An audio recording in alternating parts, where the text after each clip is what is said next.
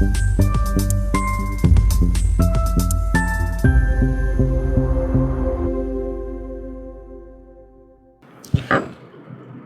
मित्रांनो, झुरळ जनता पार्टीच्या आंदोलनात आता देशाच्या भावी पंतप्रधानांची एंट्री झालेली आहे. एक भावी पंतप्रधान भाजपला साथ देणार अशा बातम्या होत्या, पण आंदोलन आणि मोदी सरकारची गच्छंतीची चाहूल लागताच, चाहूल म्हणजे मनातल्या मनात पुन्हा एकदा पंतप्रधान पदाच्या आशा निर्माण झाल्या आणि त्यामुळे आंदोलनात येऊन विद्यार्थ्यांची भेट घेणं हे क्रमप्राप्त होतं. आज शरद पवार विद्यार्थ्यांच्या भेटीला गेले, त्यानंतर संजय राऊत, अनिल देसाई वगैरे वगैरे सगळे मंडळी ते देखील विद्यार्थ्यांच्या भेटीला गेले. दुसरे भावी पंतप्रधान तरुण तडफदार नेते राहुल गांधी यांना जेव्हा लक्षात आलं की आंदोलनाला प्रसिद्धी मिळत आहे आणि या सगळ्यामध्ये मागे जसं केजरीवाल यांच्या बाबतीत झालं तसं आता अभिजित दीपकेंच्या बाबतीत होईल, एक युवा नेता म्हणून त्यांची ओळख नवीन तयार होईल आणि त्यामुळे मग राहुल गांधींनी ठिय्या आंदोलन केलं पंतप्रधानांच्या निवासस्थानाच्या मागे.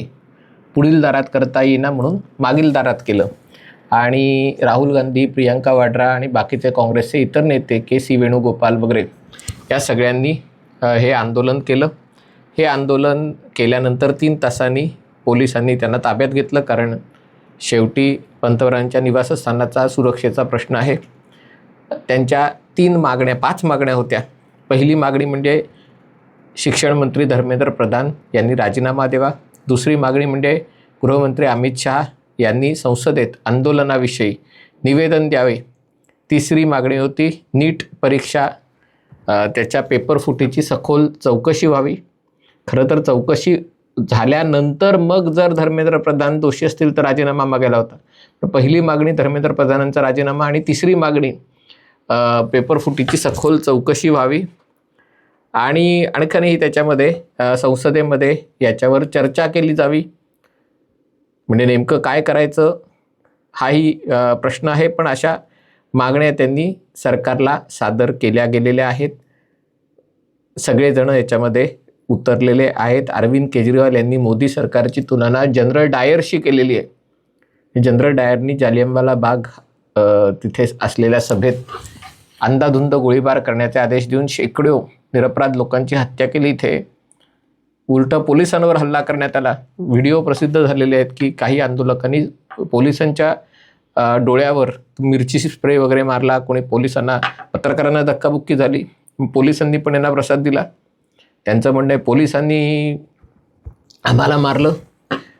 पोलिसांचं म्हणणं आहे की या आंदोलकांनी मुलींना पुढे केलं, कारण पोलीस महिलांवर हात उचलणार नाहीत किंवा महिलांना पुढे करून त्यांच्या मागून लढाई लढण्याचा प्रयत्न या सगळ्या आंदोलकांनी केला. आणि त्यामुळे आरोप प्रत्यारोप सुरू आहेत. माध्यमांना चघळायला विषय मिळालेला आहे, कारण ही गोष्ट खरी आहे की गेल्या काही महिन्यांमध्ये खास करून लोकसभेच्या निकालानंतर असं वाटलं होतं की देशात पुन्हा एकदा अच्छे दिन परत येतील. अच्छे दिन म्हणजे पत्रकारांसाठी, माध्यमांसाठी अच्छे दिन कुठले असतात तर जेव्हा एखादं त्रिशंकू सरकार असतं तेव्हा अच्छे दिन असतात, कारण मग मंत्रिपदं कोणाला द्यायची, कोणाच्या काड्या इकडच्या काड्या तिकडे करायच्या, या सगळ्यामध्ये भरपूर गोष्टी करता येतात आणि पत्रकार असल्याचा सर्वार्थाने फायदा उकळता येतो. पण जून 2024 नंतर मोदी सरकारने असं काही केलं की एक एक करत सगळ्या निवडणुका भाजपा जिंकल्या आणि काँग्रेस एवढी क्षीण झाली, सगळ्या प्रादेशिक पक्षांची तर गच्छंतीची वेळ आली. आणि त्यामुळे पत्रकारांच्या मनातही एक मोदी सरकारबद्दलचा असंतोष होता. ते महाराष्ट्र सरकारनी, केंद्र सरकारनी आत्तापर्यंत अनेक चहापान कार्यक्रम, दिवाळी भेट, आणखीन भेट, वेगवेगळ्या माध्यमांच्या चर्चा, बैठका हे सगळं करून भरपूर पैसा खर्च करूनही तो जो द्वेष होता तो उफाळून बाहेर येताना दिसतो. अनेक पत्रकार अक्षरशः या सगळ्याचे कार्यकर्ते असल्यासारखे काम करतायत. पण एकूणच दिसतंय की हा सगळा विषय जेवढा मोठा करता येईल तेवढा मोठा करण्याचा प्रयत्न आहे. आता याच्यातून नेमकं साध्य काय करायचं आहे, आत्ताच्या घडीला ही गोष्ट नक्की आहे की हे सगळं काही स्थानिक पातळीवर नाही आहे. आता या आंदोलनामध्ये सहभाग घेण्यासाठी जे सगळे शेतकरी आहेत, भारत आणि अमेरिका यांच्यात कुठला करारच झालेला नाही आहे, पण तरी देखील हा भारत अमेरिका करार कुठला करार माहिती नाही, तर त्याच्यातनं शेतकऱ्यांवर निर्बंध आलेत वगैरे वगैरे अशा सगळ्या कपोलकल्पित गोष्टींचं निमित्त करून सिंघू बॉर्डरवर शेतकऱ्यांचा देखील मोर्चा, पंजाब आणि हरियाणाचा, म्हणजे मुख्यतः पंजाबचे शेतकरी, त्यांचा देखील मोर्चा चाल करून येण्याच्या प्रयत्नात आहेत. म्हणजे तसं झालं तर पुन्हा एकदा दिल्लीचे रस्ते ब्लॉक करण्याचा प्रयत्न या सगळ्या आंदोलकांचा असणार आहे.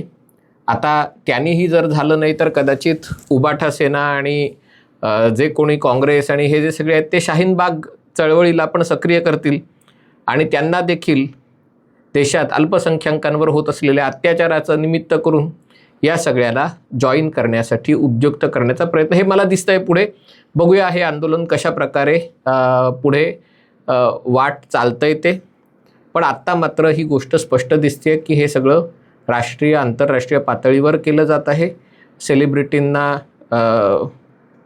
पैशाचं आमिष दाखवून किंवा अन्य कोणत्या कारणाचा, आणि शेवटी हा धंदा आहे बघा, लक्षात घ्या, राजकारणाचा धंदा झालेला आहे ही गोष्ट खरी आहे आणि हा धंदा भाजपानेच केलेला आहे. म्हणजे दुसरा कोणाचा नाव घेण्याची गरज नाही. कार्यकर्ता ही व्यवस्था संपून त्याच्या जागी कंपन्या आणणं आणि कंपन्यांमध्ये तैनाती फौजा असल्यासारखं कार्यकर्ते भाड्याने ठेवणं, पगारावर ठेवणं, आणि एकदा असं झालं की कार्यकर्ते ही विचारधारा सोडून मला कोणती कंपनी काम देते.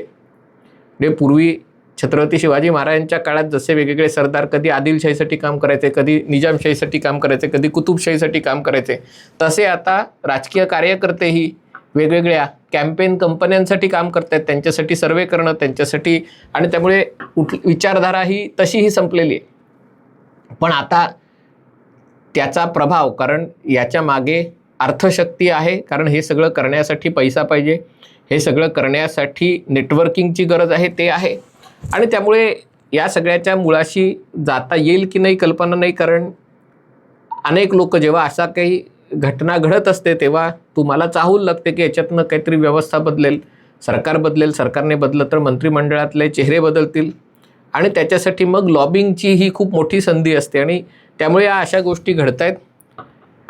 भाजपा समर्थकांना हा धक्का थोडासा जाणवतोय की अरे काय अचानक झालं कसं एवढं. आत्तापर्यंत गेल्या आठवड्यापर्यंत, गेल्या शनिवार रविवारपर्यंत तर असं होतं की आता देशातले सगळे विरोधी पक्ष आपणहून भाजपामध्ये विलीन होणार किंवा भाजपाच्या सोबत येणार, 360चा आकडा गाठणार, आणि अचानक हे सगळं आलं कुठून. म्हणजे एवढं मोठ्या प्रमाणावर हे समोर येईल आणि आता हे शांत होईल का, असंच वाढत जाईल.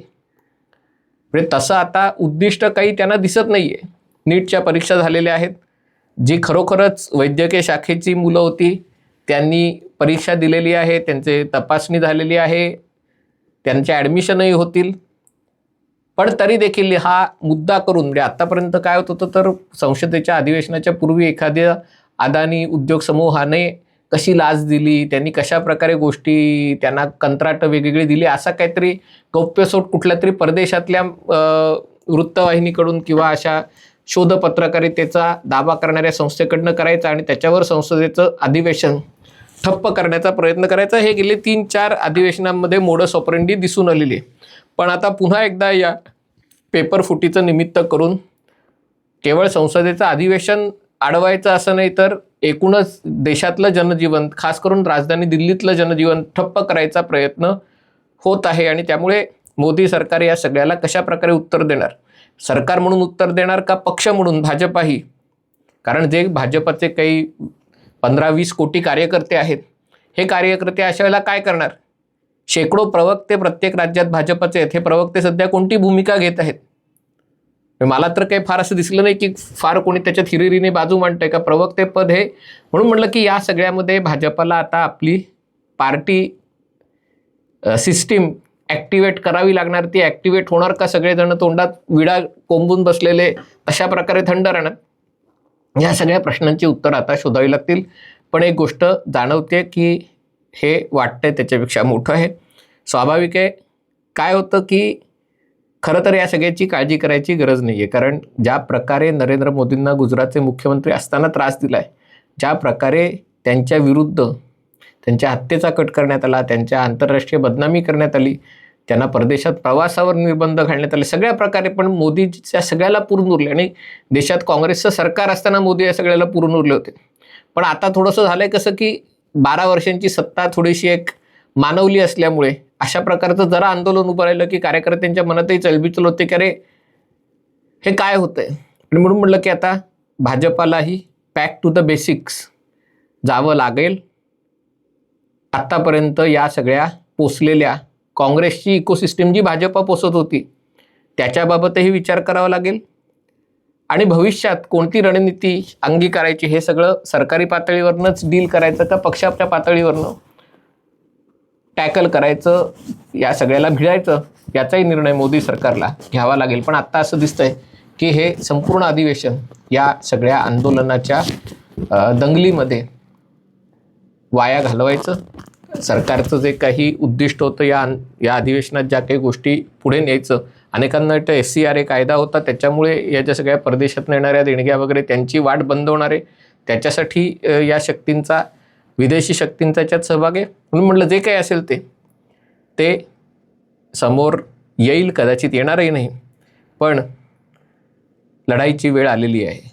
लढाईची सवय गेलेली असेल तर अवघड आहे, गेलेली नसेल तर आपापल्या तलवारींना म्हणजे शाब्दिक तलवारींना धार लावायची वेळ आलेली आहे. हा व्हिडिओ आपल्याला आवडला असेल तर कृपया लाईक करा, शेअर करा आणि चॅनल सबस्क्राईब करण्याची विनंती आहे.